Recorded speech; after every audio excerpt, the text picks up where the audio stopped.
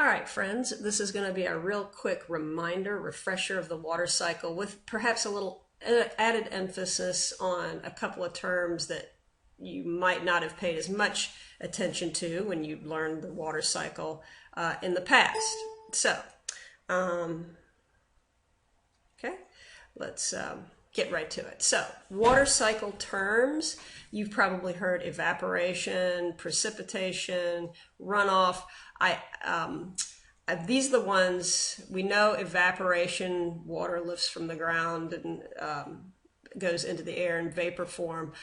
Precipitation, we know that's when it comes down. But what I want you to pay attention to in terms of our biogeochemical cycle, water cycle, is the word transpiration and also runoff. Okay, that's going to be a really important term ecologically as well. Groundwater is pretty important too, but definitely transpiration and runoff. Okay, so here is our water cycle picture. Okay, and we know water evaporates from the surface of the earth, wherever it is, and condenses into clouds, and eventually enough of it condenses that it falls out as precipitation. What you may not have emphasized so much in the past is the biological component that also puts water into the atmosphere, and that is transpiration.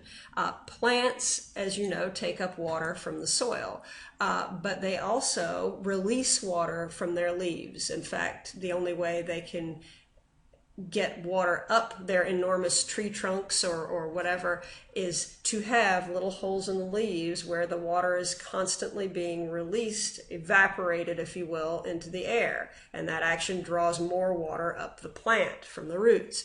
So transpiration is basically water loss through plant tissue. Okay, so transpiration can play a really big role in the water cycle, and it is particularly important in particular ecosystems and how water passes through those ecosystems that have lots of vegetation. Or if you've had lots of vegetation and it's been cut down, you're going to see a dramatic difference in water in the atmosphere and so on, because those plants are no longer there to transpire. Surface runoff. Of course, if once all of this water, whether it comes from evaporation or transpiration, comes back to Earth, it runs off. This is hugely important in terms of contributing pollutants and things to bodies of water, for example, the Chesapeake Bay. So runoff is very important. And of course, this polluted water can seep down into the groundwater, or we can be doing things under the ground that mess up groundwater for us, and so on. So those are kind of the important points, the transpiration and the runoff, that we really need to keep in mind as we are thinking ecologically.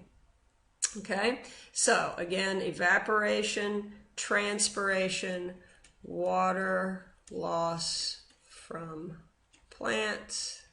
Okay, precipitation, that runoff, that surface runoff, and its importance in terms of pollution of large bodies, of any body of water like the Chesapeake Bay, and I probably should say its role in pollution of the bay, for example, and then groundwater, that water that collects, seeps under the ground that we use for drinking and so on.